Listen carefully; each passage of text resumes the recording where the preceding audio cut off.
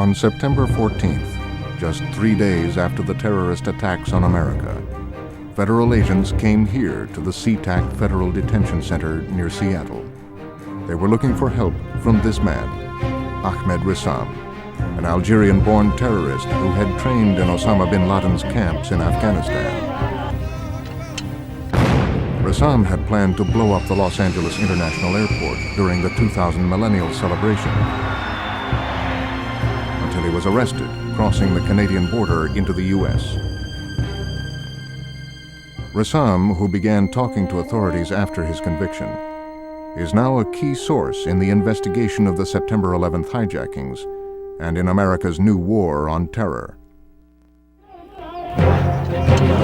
Tonight on Frontline, the inside story of Ahmed Ressam, a story that stretches from the political passions of Algeria to Europe, Canada, Afghanistan, and finally to the United States. A story of secret cells, underground identities, terror training camps, and a deadly plot against America. The investigation quickly uncovered a terrorist... Correspondent Terence McKenna of the Canadian Broadcasting Corporation investigates the trail of a terrorist.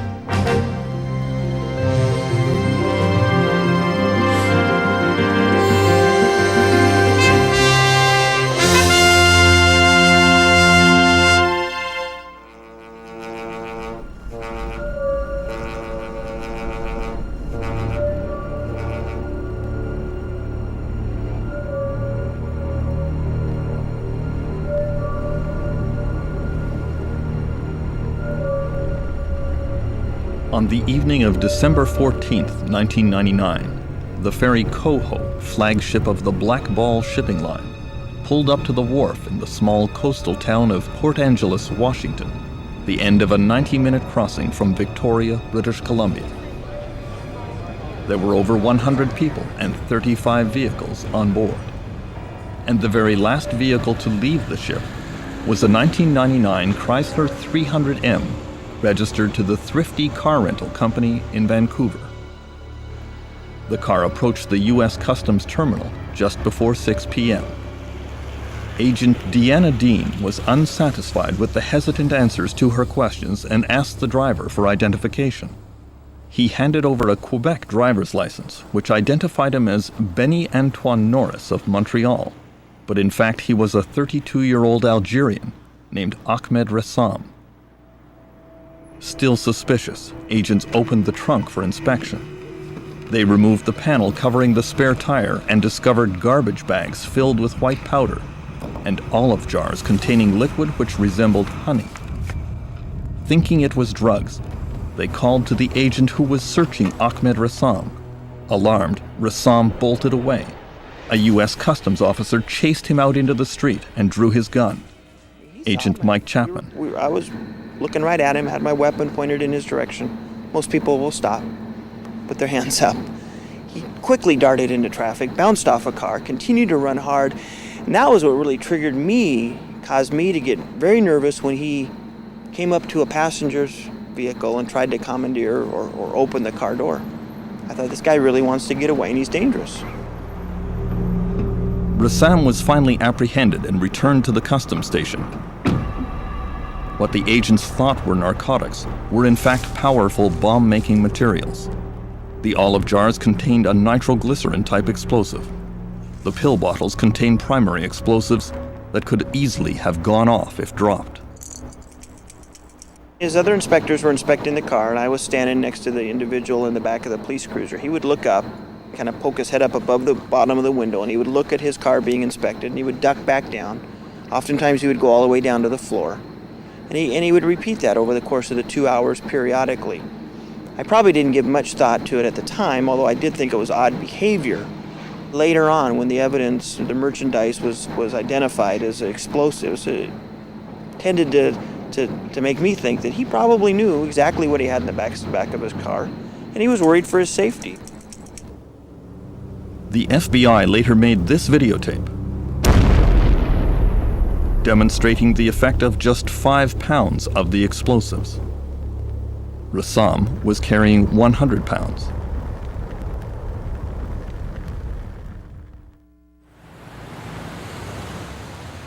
For almost 2 years since his arrest in Port Angeles, Ahmed Ressam has remained a shadowy figure.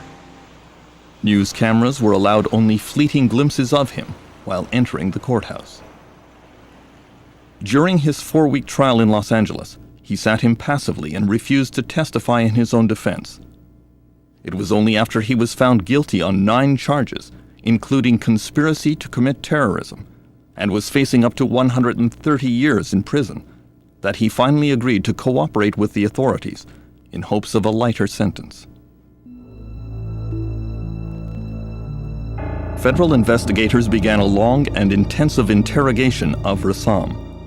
They learned he was a key figure in a network of terrorists that spanned the globe, from North Africa to Canada, from small towns in France to the mountains of Afghanistan. The ultimate target was the United States. Ressam revealed that he had been to Osama bin Laden's terrorist training camps, where he received instruction in explosives and heavy weapons, assassination, and poison gas. Ressam confirmed that he and his accomplices were plotting a major attack on the Los Angeles International Airport to occur just before New Year's Eve. He was known as the Millennium Bomber.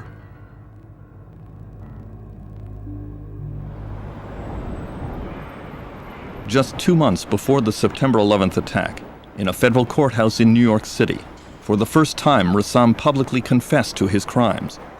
He appeared as a witness for the prosecution at the trial of one of his co-conspirators. In this program, actors read excerpts from Ressam's testimony that is a chilling record of exactly how a terrorist cell operates. To begin with, how did an Algerian extremist get into North America? What type of travel document did you use to get into Canada? A fake French passport. And what city did you go to? To the city of Montreal. What happened when you arrived in Montreal? Immigration stopped me at the airport. At that time, I requested asylum. And how did you request asylum? I provided them with a false story to request political asylum. They kept me at their center there, and then they let me go. In his sworn statement to Canadian immigration, Ressam claimed that he had been tortured in his home country of Algeria, that he was falsely accused of arms trading and other terrorist activities, but said that he was completely innocent. Apparently without checking with Algeria, or with France, or with Interpol, Immigration Canada accepted his story and released him pending a hearing on his refugee status.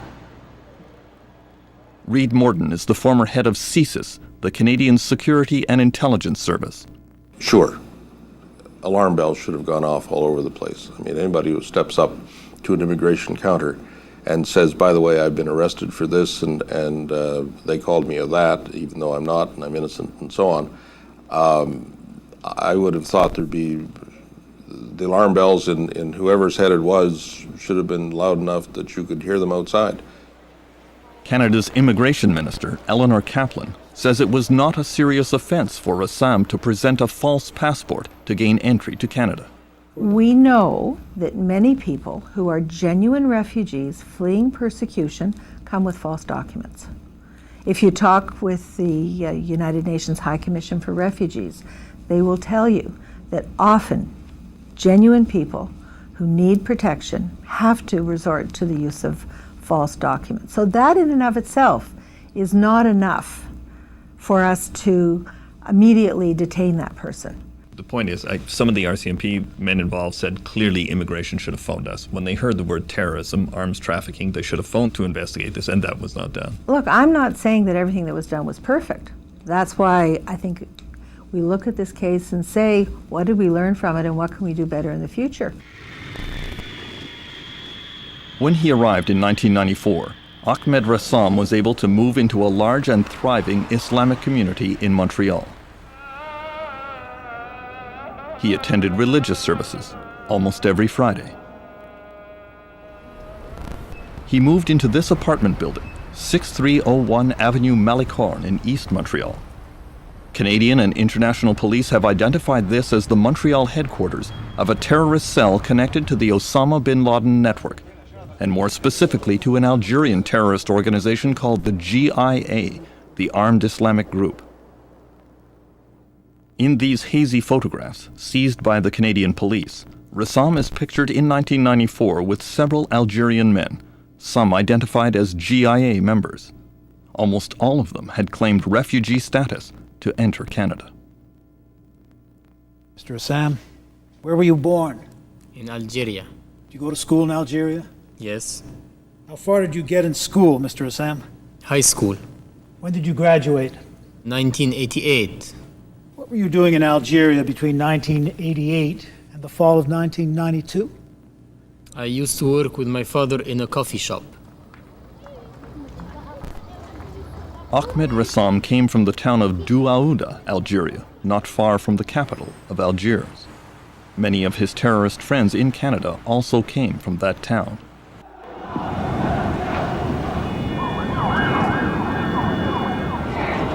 In 1992, a civil war began in Algeria when an Islamic fundamentalist party won national elections but was prevented from taking power by a military government. The civil war quickly deteriorated into civilian massacres. Ahmed Ressam's father was distressed to see him drifting towards the local Islamic militants that were suspected of carrying out the massacres. By the end of 1992, Ressam was one of a growing number of militants to leave Algeria. He spent the next 2 years in France. In Paris, Judge Jean-Louis Bruguière, on the right, is an investigating magistrate and one of the world's foremost experts in terrorism. He oversaw the arrest of Carlos the Jackal in 1994 and his subsequent prosecution. In the mid-1990s, he turned his attention to the Algerian armed Islamic group, the GIA. The GIA as an organization is the most radical and violent. It began with extortion of foreigners, civilians, and the army, and exported violence out of Algeria to France. The first major international terrorist incident involving the GIA was this 1994 hijacking of an Air France jet in Marseille.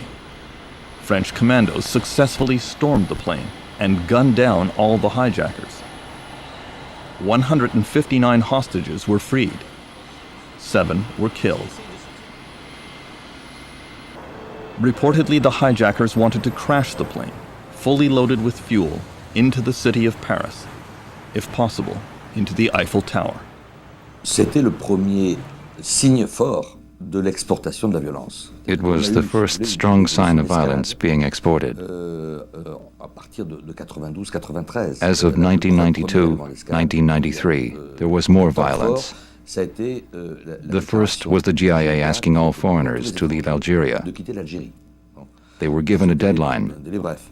Then action would be taken against them. Another GIA attack against the city of Paris came on a quiet evening in early December 1996.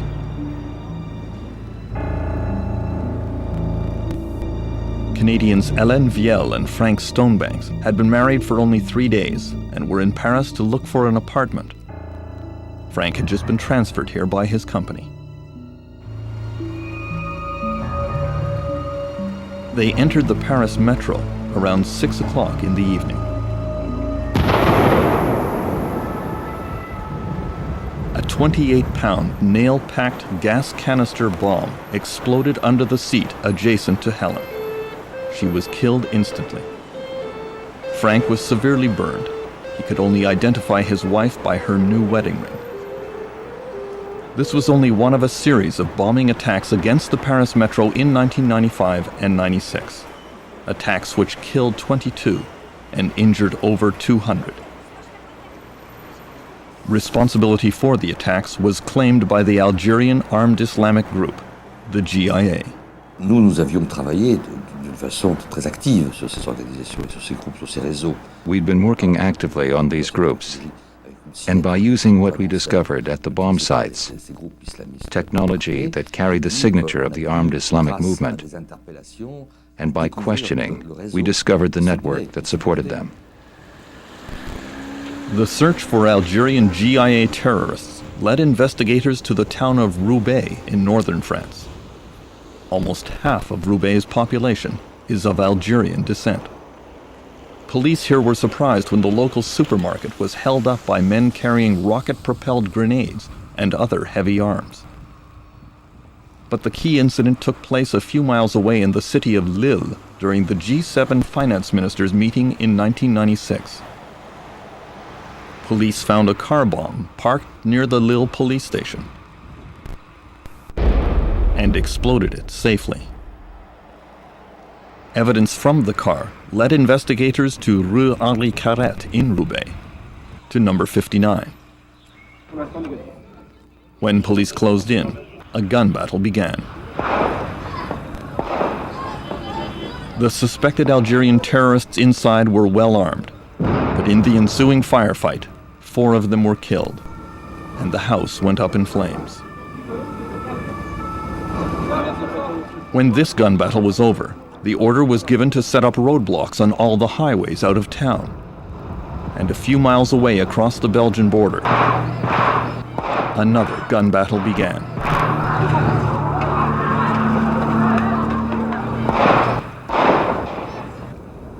A police van was raked with machine gun fire, and one of the 2 fleeing GIA terrorists in the car was shot dead. On his body, police found an electronic organizer with a Montreal telephone number, the first indication of a Canadian connection to the GIA.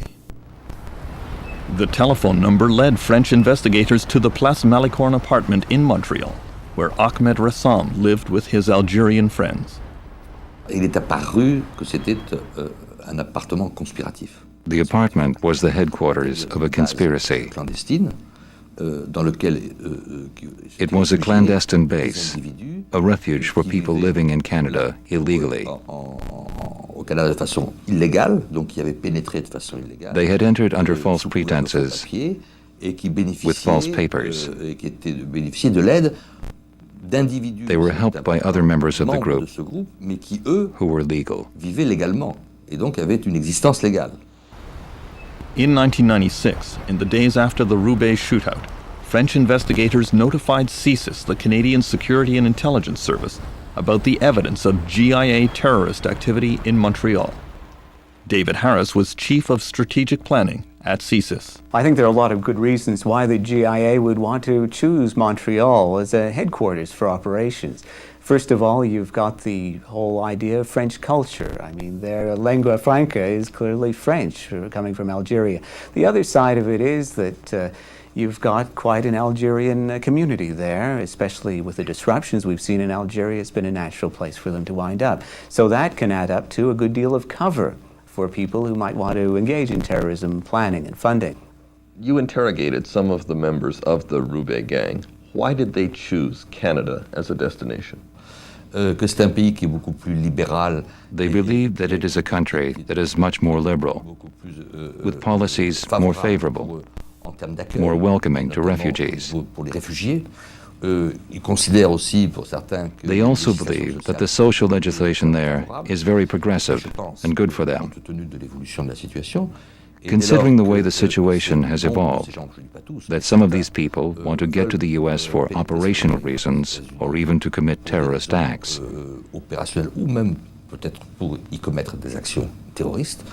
I believe it is easier to get into the U.S. by way of Canada. I think in terms of Islamic extremists in Canada, they regard the proximity of Canada to the U.S. as making Canada a kind of Islamic extremist aircraft carrier for the launching of major assaults against the U.S. mainland.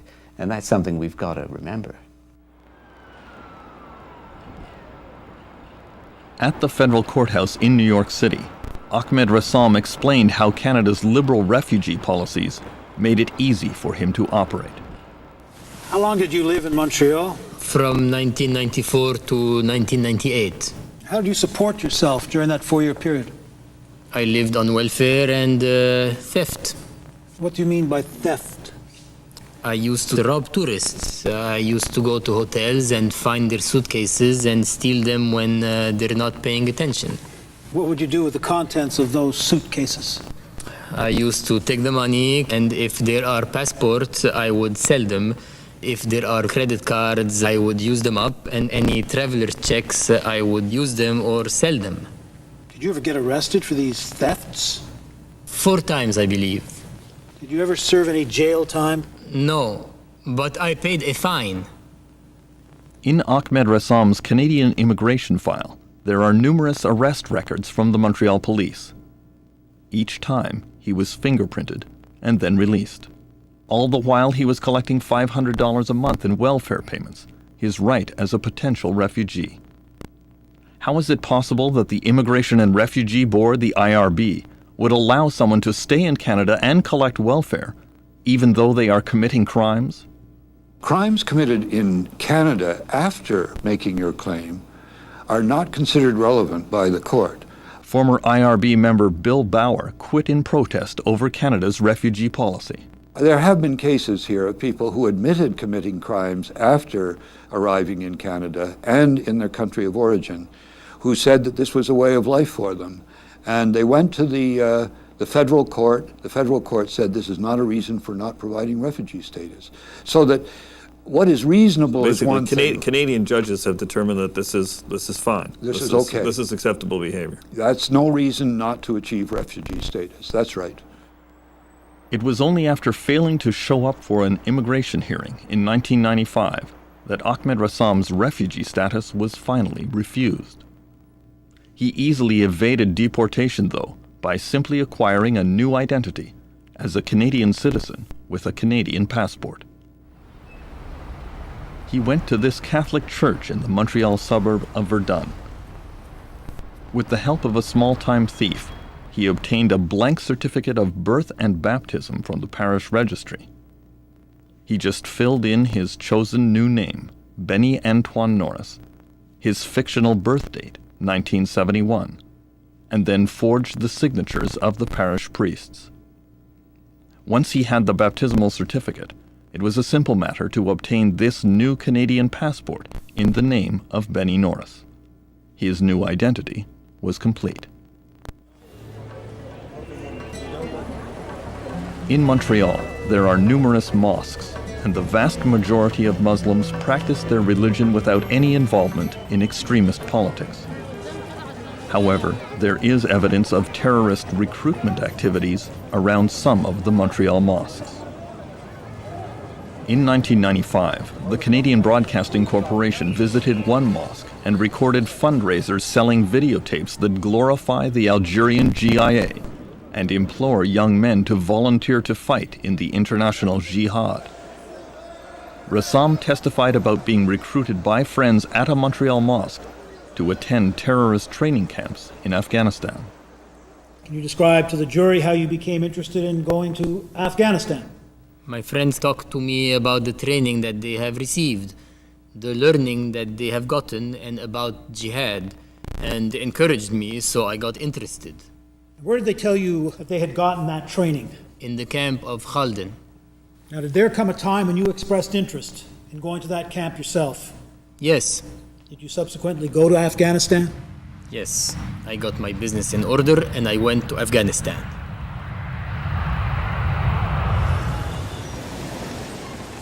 In March 1998, Ahmed Ressam arrived in the northwest frontier province of Pakistan, in the city of Peshawar, near the border with Afghanistan. He was on his way to the famous Jihad training camps, funded and administered by Osama bin Laden. Ressam had a rendezvous in Peshawar with a man who goes by the name Abu Zubaydah. Zubaydah is reportedly one of the 3 top lieutenants of bin Laden. Can you explain to the jury what Abu Zubaydah really was in connection with the camps? He is the person in charge of the camps. He receives young men from all countries. He accepts you or rejects you. And he takes care of the expenses of the camps. He makes arrangements for you when you travel, coming in or leaving. Can you explain in general terms how you got from meeting with Abu Zubaydah in Pakistan to Khaldan camp in Afghanistan? He sent with me a letter in Afghani with an Afghani person to accompany me along the road. and he gave me Afghani clothes to wear, and I was told to grow a beard. Then you go by car to the border of Afghanistan, and then early in the morning you go in with other Afghanis, or you can go by way of the mountain. Ahmed Ressam crossed over the mountains into Afghanistan and entered the bin Laden training camp in April 1998. This propaganda film, released by Osama bin Laden last summer, shows the training in his camps. What type of training did you receive first? I received training in light weapons, handguns, and small machine gun, and a large one, RPG. A small rocket launcher that is used in fighting in the mountains and in cities against tanks. Who supplied the weapons and the ammunition that were used in the camp? They used to buy it from the Taliban. What type of training did you receive next? I received training in explosives and sabotage. What did the sabotage part of the training consist of? How to blow up the infrastructure of a country. What types of target were you trained on? The enemy's installations, special installations, electric plants, gas plants, airports, railroads, large corporations, and military installations also. The camps in Afghanistan where Ahmed Ressam trained are often referred to by the recruits as Jihad University. One of the key courses is called Urban Warfare. We learned how to carry out operations in cities, how to block roads, how to assault buildings, and how to assassinate someone in an operation. What were you taught in connection with explosives? First, how to surveil a place. When you go to a place, you would wear clothing that would not bring suspicion to yourself. You would wear clothing that tourists wear. You would observe, or you would also take pictures. Can you tell us generally what was taught about security? One is to preserve your secrets. And when you work in a group, each person knows only what he is supposed to do, not more. To preserve your secrets. Avoid the places that are suspicious or will bring suspicion upon you, such as mosques. When you speak on the phone, speak in a very natural, normal language or in a foreign language. Among the most chilling techniques Ressam was taught at the Osama bin Laden training camp was the use of poison gas, cyanide. Why don't you tell the jury about the experiments that you conducted on dogs? You personally. And start with the experiment where you put the dog in a box. We were just present there. It was actually our chief that was there carrying out the experiment. Your chief put cyanide in the box. Is that correct? Yes. He added sulfuric acid to the cyanide, correct? Yes. And the dog shortly thereafter died from that experiment, correct? Correct. How long in general would you say that you watched these dogs suffer? Maybe 4 minutes, because the dog was very small. You practiced these techniques on the dog so that later on in one of your operations you would be able to perform such techniques on human beings. Is that also correct? Yes, we wanted to know what is the effect of the gas, yes. One of the examples was to put the cyanide right near the air intake of a building to kill the most amount of people without endangering yourself and without being detected, correct? Yes, that's how gas is used in killing. After he completed his jihad training in Afghanistan, Ressam was given $12,000 as seed money for future terrorist attacks. He began his long journey back to Canada, returning through Peshawar, Pakistan, where he once again encountered Abu Zubaydah. Did you discuss anything when you met with Abu Zubaydah on your return back to Canada? Yes, he asked me to send him some passports, some original passports, if I had, that he can use to give to other people who had come to carry out operations in US. And what type of passports was he looking for? Canadian passports, but original. Jean-Louis Bruguière says providing false passports was a key role of Ressam's terrorist cell in Canada. Éminemment, le rôle le plus important, c'était un rôle précisément The investigation showed the most important role was trafficking the false documents the clandestine forces needed to travel the world easily.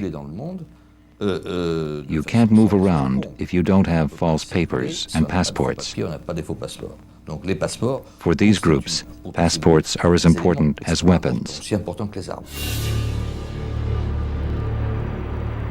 Ahmed Ressam returned to North America on February 7, 1999. He flew from Pakistan to Seoul, South Korea, and then on an Asiana Airlines flight which landed at Los Angeles International Airport. He filled in this U.S. Customs declaration which showed that he was still traveling on his Canadian passport in the name of Benny Norris. It was this visit to the Los Angeles airport that would later provide him with the inspiration for his bombing target. He would plan to place a bomb in a suitcase in the passenger area. He calculated how long it would be until authorities checked on abandoned luggage. He wondered how long he would have to escape the area before explosion. Later that same day, he caught a connecting flight from Los Angeles back to Canada. In Montreal, Ressam did not move back in with his old friends. Instead, he took an apartment by himself downtown on Rue du Fort. He signed this lease in the amount of $460 a month in the name Benny Norris. He also obtained this new driver's license in the same name. By this time, the Canadian Security and Intelligence Service had been investigating Ressam for 2 years, but had now lost track of him. CSIS agent Dan Lambert. At that point in time, CSIS was actively looking for Mr. Ressam, but at that point in time, it's important to note that he had returned to Canada via Los Angeles in entering North America with fraudulently obtained but Canadian documentation, including a passport, identifying him as Benny Norris. After he changed his identity to Benny Norris, did CSIS lose him? It wasn't the point of losing him. When he had returned to Canada as Benny Norris. We were actively looking for Ahmed Ressam during that time period. I think the situation was complicated by the very failings that have become notorious on our passport system level. That once Ressam was able to go underground as Benny Norris, all bets were off. In Montreal, Ressam frequently visited this store on Boulevard Saint-Laurent and struck up an important relationship with its owner, another Algerian refugee claimant named Mokhtar Haouri. Haouri was interested in attending Jihad training in Afghanistan, and he helped fund Ressam's activities. The two men had many political discussions, especially about the bombings which took place in the Paris metro and at the U.S. embassies in Kenya and Tanzania. Haouri had some misgivings about the innocent civilian victims of these sort of bombings. Ressam did not. And did you ever discuss the embassy bombings in Africa? Yes. What did you discuss?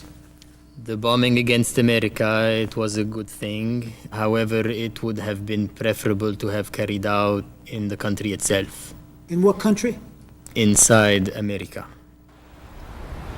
In the fall of 1999, in Montreal, Ahmed Ressam began preparing his attack on the United States.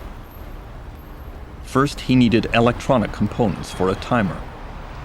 He came to this Saint-Laurent Boulevard store, Lamb Imports, on September 1st, and bought 2 Casio watches for $22 apiece.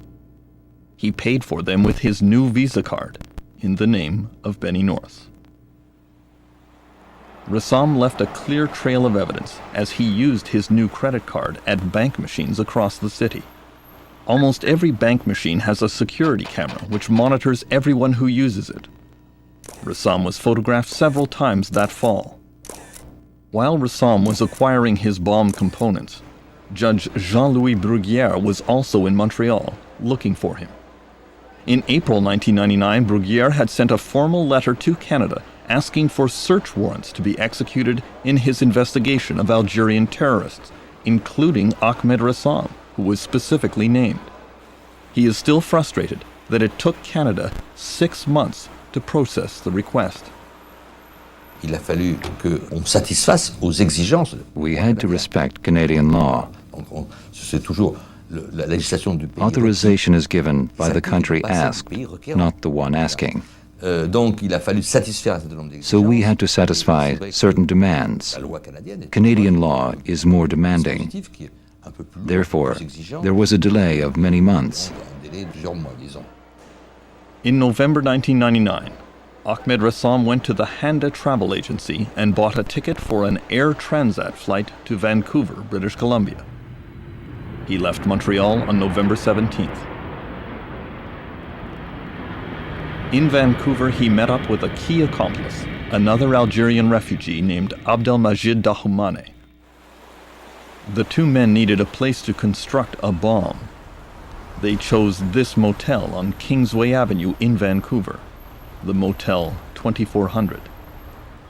The guest registration forms showed that there were two adults paying $425 a week for Unit 118, and that they were driving a green Chrysler. At the motel, the terrorists could drive their car right up beside their room, a major advantage for their bomb-making plan. Both the rental car and the room were reserved in the name of Benny Norris. The evidence shows that in Vancouver, the terrorists methodically assembled the materials they needed for making a powerful bomb. Some of the ingredients were available at the local Safeway supermarket, such as hydrogen peroxide. Other materials were more difficult to obtain. The evidence suggests that some concentrated acids, such as nitric acid and sulfuric acid, were stolen from the Evergrow Fertilizer Company, where vats of acid and other fertilizer products are left on pallets in the yard behind a wire fence. All the ingredients were combined in a makeshift bomb factory at the motel in an elaborate and extremely dangerous process. Key ingredients have to be stirred continuously for 3 hours and kept under 32 degrees at all times, or they might explode. Other ingredients are extremely unstable. The most powerful explosive was a nitroglycerin equivalent. The active ingredient is added drop by drop. If it is not done with precision, an unwanted chemical chain reaction can be triggered in the mixture, spraying the corrosive acids in all directions. The evidence shows that Ressam was sprayed in such an incident, burning holes right through his pants and causing chemical burns on his legs. Fumes from the bomb making caused severe sore throats and violent headaches. Motel staff noticed that the windows were often left open in room 118, even when the temperature was below freezing. Credit card records show that Ressam bought a bottle of throat lozenges and a large bottle of Tylenol at the local Safeway store. The bottles were used as containers for the explosives. To detonate the explosions, the terrorists assembled timer units using the Casio watches, said to be the signature of the Osama bin Laden bomb-making school. The watch alarm can be set up to 24 hours in advance. When the alarm rings, it allows an electrical charge to pass through from a 9-volt battery to a small light bulb, which has had its glass covering removed, exposing the filament. The bulb would ignite and detonate the other bomb ingredients in a chain reaction. Exactly the same sort of timing device was used to explode the Algerian terrorist bombs in the Paris metro. Le fait d'allumer l'ampoule, Lighting the bulb heats the filaments, which sets a fire and creates an explosion. All the attacks in France were committed this way. The system is very effective. On the morning of December 14th, 1999, Ahmed Ressam and his accomplice, Dahoumane, drove the Chrysler 300M with the explosives now hidden in the wheel well of the trunk onto the ferry heading for Vancouver Island. There were hundreds of cars and over 1,000 people on the ferry, which could have sunk if the car had exploded. In Victoria, the two men, with their bomb in the trunk, stopped at the famous Empress Hotel to make a reservation for Ressam for that night at a hotel in Seattle. Accomplice Dahoumane was nervous about entering the United States, and so he boarded a bus back to Vancouver. Ressam proceeded alone.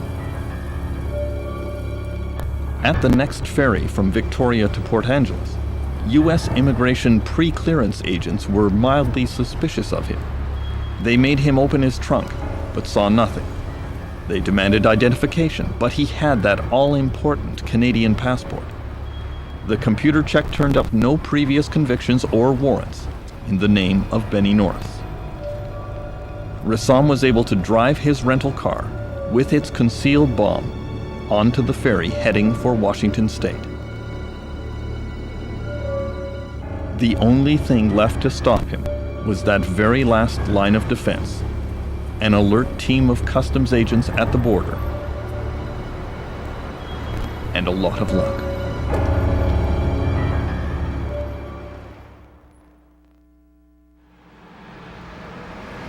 The arrest of Ahmed Ressam set off shockwaves around the world.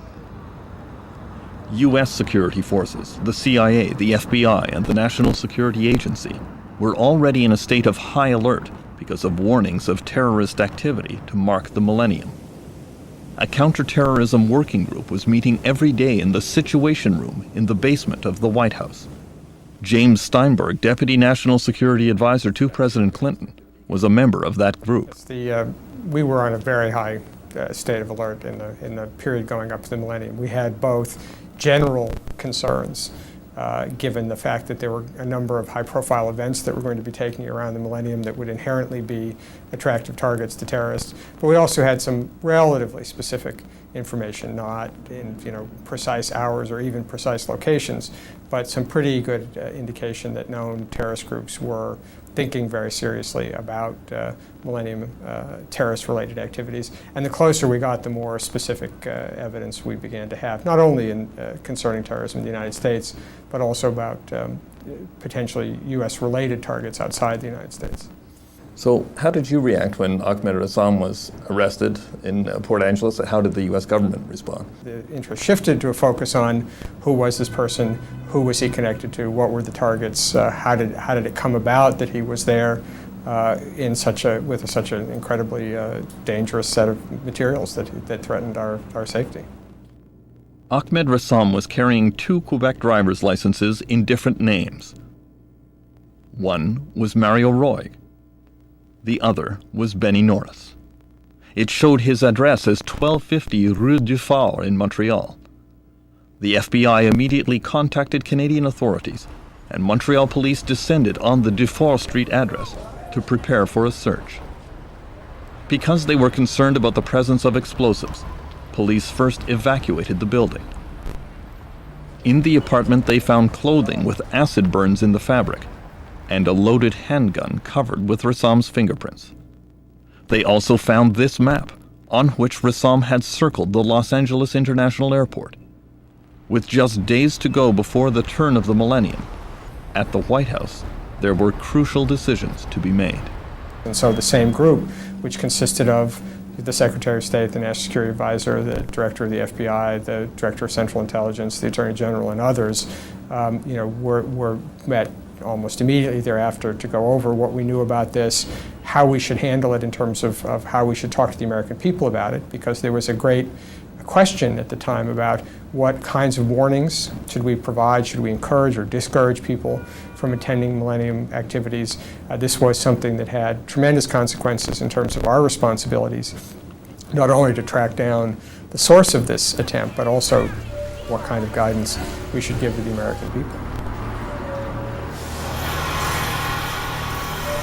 As American cities began to prepare for the biggest New Year's Eve celebration in history, U.S. and Canadian authorities launched an urgent investigation into Ressam and his accomplices in an attempt to uncover the terrorist network in which he operated. When arrested, Ressam was carrying this receipt for the 2400 motel in Vancouver. A crowd of investigators descended on the motel. Police quickly discovered that Ressam's collaborator in the bomb-making was Abdelmajid Dahomani, but he had disappeared. Mr. Dahomani is considered to be a potentially dangerous terrorist and is still at large. Dahomani had already fled the country to Afghanistan. When it was discovered that Ahmed Ressam and his friends were trained in the Osama bin Laden camps in Afghanistan, Judge Jean-Louis Bruguière was not at all surprised. Absolument pas. Non, nous savions parfaitement avant. Absolutely not. From our work before going to Canada, we knew this group was active internationally, in many countries. We were facing a planetary threat, a global threat. Ressam was carrying a cell phone when he was arrested. Police immediately began tapping all the numbers which had called that cell phone, or been called by it, and hundreds of other numbers as well. The massive wiretapping operation quickly led the FBI to Brooklyn, to a largely Islamic neighborhood around Newkirk Avenue, to the third-floor residence of an Algerian illegal immigrant named Abdelghani Meskini, whose telephone number had been called by Ressam. Police placed him under surveillance and overheard him talking about Ressam in coded telephone conversations. They quickly established that Meskini had recently returned from Seattle, where he had been photographed by the security cameras of a bank machine. Canadian and American police believe Ressam is connected with these men. After the arrest of Ahmed Ressam was on television, an urgent call to Meskini came from Ressam's friend Mokhtar Haouri in Montreal. Haouri was recorded telling Meskini, "Change your phone number, beeper, and cell phone. Throw them away. Leave the place. Leave everything." Police watched as Meskini ripped up airline receipts and bank machine slips and threw them into a nearby dumpster. The FBI retrieved the evidence. Meskini and Haouri were arrested hours later. On December 30th, as preparations for the huge Millennium celebrations were proceeding, Abdelghani Meskini was taken to FBI headquarters in New York City and interrogated by 4 agents for 11 hours. Meskini said that he had never met Ressam, but had spoken to him on the telephone. He finally confessed that he was to be Ressam's contact and guide in the United States, although he said he did not know what the bombing target was. The mayor of Seattle had canceled the scheduled Millennium celebrations at the Space Needle for fear of terrorist attack. But in Washington by New Year's Eve, officials were reasonably sure that the Ressam plot was not part of a much larger conspiracy. Still, New Year's Eve was a tense time in the White House Situation Room. Were you on duty on New Year's Eve? Was everyone holding their breath? Everyone was on duty on New Year's Eve. And it was, I think that because of the excellent work that was done between the time that Ressam was arrested and tracking down those who we believed involved in it, that I think we had a higher degree of comfort than we had in the first hours and days after we found Ressam. Nonetheless, I don't think anybody took it for granted, and I think people were enormously relieved within about 24 hours afterwards that we had been successful in thwarting all that was there.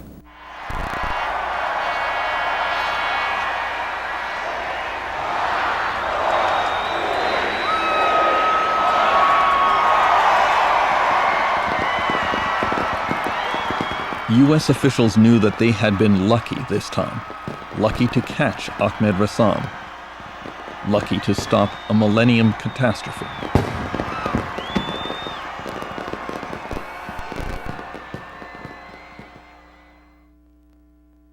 The reports are preliminary, and they are as awful as the pictures that we are seeing there. Osama bin Laden connection. Strong indications that Osama bin Laden and his organization. Declaration of war by terrorists on the United States. Slamming into the second tower of the World Trade Center. Seems quite to know. When America's luck ran out on September 11th, one of the first people investigators turned to was Ahmed Ressam. Just days after the attack, federal authorities were again interrogating Ressam at the SeaTac Federal Detention Center near Seattle. Investigators reportedly showed him pictures of the 19 hijackers. He said he knew none of them, but did provide other names of people in so-called sleeper cells in North America. Ressam has also added significant new information about al-Qaeda's interest in chemical and biological weapons. Ahmed Ressam is now scheduled to be sentenced in February. In exchange for his cooperation, his maximum sentence of 130 years could be reduced to as little as 27.